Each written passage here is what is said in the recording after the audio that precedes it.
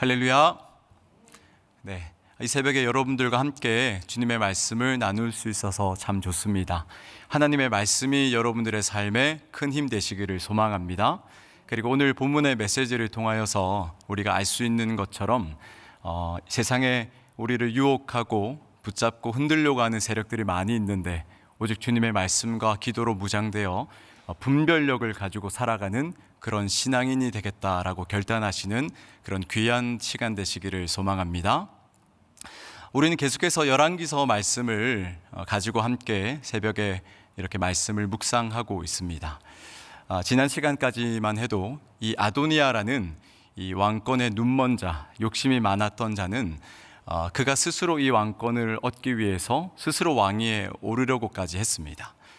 하지만 하나님의 뜻은 아도니아에게 그 왕위를 주시는 것에 있지 아니했고 솔로몬에게 있었고, 그리고 솔로몬이 왕이 되는 모습으로 우리가 지난 시간까지 말씀을 살펴보게 되었죠.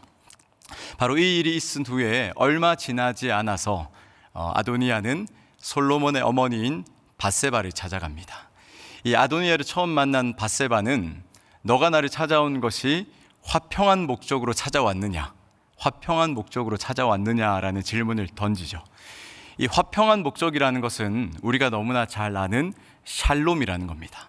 그러니까 지금 아도니아 너가 나를 찾아온 것이 여전히 너희 마음속에 그 왕위를 이어받지 못함에 대한 마음의 불만이나 그러한 마음의 쌓임을 가지고 왔느냐, 아니면 나와 이제 좋은 관계를 유지하기 위해서 나를 찾아왔느냐, 그런 질문이 되겠습니다.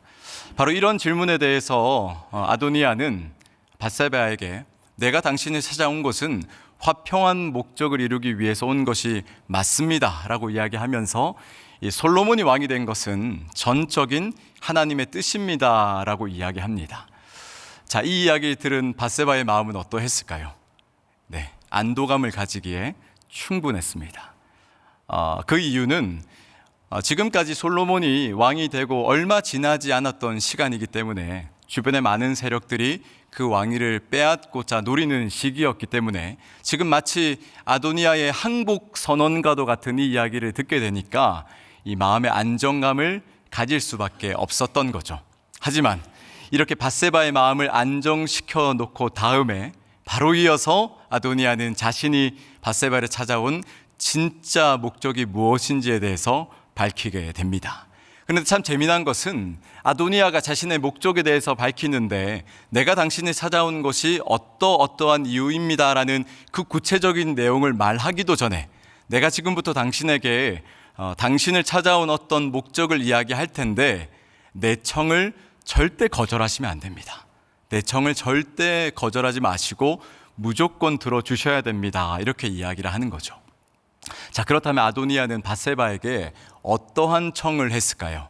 우리 시간에 말씀을 한번 찾아보겠습니다. 열왕기상 2장 17절입니다. 열왕기상 2장 17절 같이 읽습니다. 그가 이르되 청하건대 솔로몬 왕에게 말씀하여 그가 수넴 여자 아비삭을 내게 주어 아내를 삼게 하소서. 왕이 당신의 청을 거절하지 아니하리이다. 다윗 왕의 아내였던 아비삭을 아내로 달라라는 청을 합니다. 여러분, 이것을 저는 오늘 우리말 성경으로 한 번 더 읽어보기를 원하는데요. 자, 우리말 성경 열왕기상 2장 17절입니다. 같이 읽겠습니다. 그러자 아도니아가 말을 이었습니다. 당신의 부탁은 거절하지 않으실 테니 솔로몬 왕께 부탁해 수넴 여자 아비삭을 제 아내로 주십시오. 제가 굳이 우리말 성경을 한 번 더 읽은 이유는 우리말 성경의 이 배열이 히브리 본문의 해석의 배열과 비슷하기 때문에 한 번 더 읽게 되었습니다. 자, 우리는 여기서 개역 성경과 그리고 히브리 본문의 차이점을 발견해야 되는데요. 이 개역 성경에서는 이 아도니아의 요청이 먼저 등장하고 솔로몬이 그것을 거절하지 않을 것입니다 라는 표현이 등장했다면, 이 히브리 본문에서는 솔로몬이 그것을 거절하지 못할 것입니다 라는 내용이 먼저 등장한 후에 요청이 등장합니다. 자, 이런 히브리 본문의 진행 방식을 통하여서 우리가 알 수 있는 것은 이 아도니아의 화법의 방식은요, 본인이 하고 있는 이 요청이 대단하거나 그렇게 무리스러운 요청이 아니라 누구나 할 수 있는 아주 가벼운 요청이다라는 것을 강조하고 있다는 것을 우리가 발견해야 되는 것이죠. 자, 우리는 아도니아가 밧세바에게 하고 있는 이 간청의 태도, 이 간청의 모습을 통하여서 몇 가지를 분별력 있게 바라보아야 합니다. 자, 먼저는 이 아도니아가 다윗의 아내였던 아비삭을 여인으로 자신의 아내로 맞이하겠다라는 이 간청을 통하여서 여전히 아도니아의 마음속에 이 왕위를 향한 욕심을 버리지 못했구나라는 것을 발견해야 되는 것이고요. 그리고 두 번째로는 이 밧세바에게 찾아가서 뭐라고 말합니까? 내가 당신을 찾아온 것은 화평한 목적을 이루기 위함이고, 그리고 솔로몬이 왕이 된 것은 전적인 하나님의 은혜이고 나는 그에게 있어서 패배한 자입니다. 이렇게 이야기하면서 밧세바의 마음을 안심시키고 결국에는 그의 목적을 이야기하지 않았습니까? 우리가 이것을 통해서 알 수 있는 것처럼 우리의 일상의 대화 속에서 있는 어떠한 작은 별스럽지 않은 이야기라고 할지라도 우리는 그냥 넘어가서는 안 되고 분별력을 가지고 그것을 바라볼 필요가 있다라는 것이죠. 하지만 참으로 안타깝게도 밧세바에게는 그런 분별력이 있지 않았습니다. 그래서 아도니아가 했던 청을 그대로 가지고 가서 솔로몬에게 전하게 됩니다. 여러분, 밧세바가 어떤 인물입니까? 왕의 어머니죠. 그리고 이 왕궁의 모든 여인들과 궁녀들을 관리하는 아주 높은 직책에 있었기 때문에 머리 회전이 빠른 아도니아는 누구를 찾아가서 자신의 청을 얘기해야만 이것이 들어질 수 있을지에 대해서 누구보다 잘 알고 있었던 겁니다. 그래서 밧세바를 찾아가서 그 이야기를 했고요. 밧세바는 그 간청을 솔로몬에게 가지고 갔다라는 겁니다. 말씀을 조금 더 구체적으로 살펴보시게 되면은 열왕기상 2장 21절입니다. 제가 읽겠습니다. 이르되 청하건대 수넴 여자 아비삭을 왕의 형 아도니아에게 주어 아내로 삼게 하소서. 본문에서는 뭐라고 전합니까? 왕의 형 아도니아에게 주어. 그러니까 너의 형제 아도니아가 아니냐, 너의 형 아도니아에게 다윗 왕의 아내였던 아비삭을 아내로 주자. 심지어 말씀에서는 밧세바가 이 청을 전할 때에 밧세바가 전하는 청이 어떤 대단한 것이 아님 작은 일을 전한다. 작은 일을 전한다라고 말씀에서는 전하고 있는 것입니다. 이 밧세바는 아도니아의 말 속에 있는 진짜 뜻을 분별하지 못했기 때문에 결국에는 정말 이 아도니아의 원하는 그대로 도구로 이용될 수밖에 없었던 거죠. 하지만 그도 그러할 것이 이 아도니아가 밧세바를 찾아와서 했던 말들을 기억해 보십시오. 누구라도 그 말을 듣고는 이 청을 들어주지 않을 수 없겠구나라는 생각을 하게 됩니다. 사랑하는 성도 여러분, 성도의 일상 속에서도 이런 일은 충분히 일어날 수 있습니다. 악한 세력은 우리들에게 그 세력의 목적을 전파하기 위해서 우리들에게 접근할 때 그것들의 진짜 목적을 숨기고 우리들에게 다가옵니다. 그뿐만 아니죠. 하나님의 이름을 서슴없이 사용하면서 우리의 마음에 안도감을 주게 됩니다. 지금 아도니아가 청하고 있는 이 청은 너무나 무리스러운, 너무나 무서운 청이었음에도 불구하고 밧세바는 그것을 분별력 있게 바라보지 못했기 때문에 결국에는 이 악한 세력이 원하는 그대로 그들의 도구로 이용될 수밖에 없었던 거죠. 이처럼 이 세상의 많은 악한 세력들은 지금 이 순간에도 존재하고 그들은 그들의 목적을 이루기 위하여서 끊임없이 전진하고 있다는 사실을 우리가 기억해야 됩니다.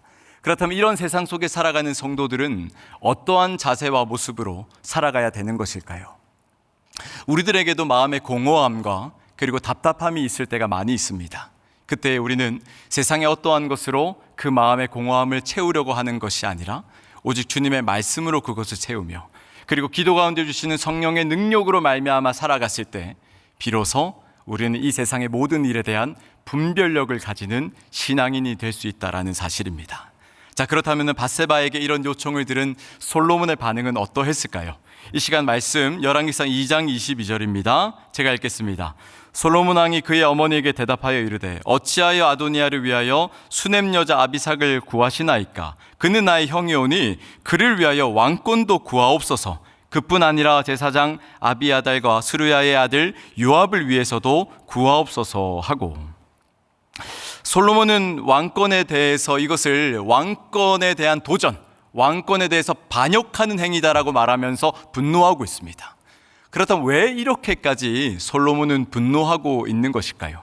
우리가 이것을 정확하게 알기 위해서는 그 당시의 시대적인 배경을 살펴볼 필요가 있습니다. 당시에는 왕위를 물려받을 때는 선왕의 여자들이 거쳐 했던 하렘까지도 물려받게 되어 있습니다. 이것이 유목민들 사이에서 내려오던 관습이었습니다. 그렇기 때문에 선왕의 여자를 취한다라는 것은 왕위를 이어받는다라는 상징성을 가지고 있었던 거죠. 우리가 말씀으로 읽진 않았지만은 사무엘상 16장 말씀을 보시게 되면은 반란으로 예루살렘을 점령한 누가 나옵니까? 압살롬이 등장하죠.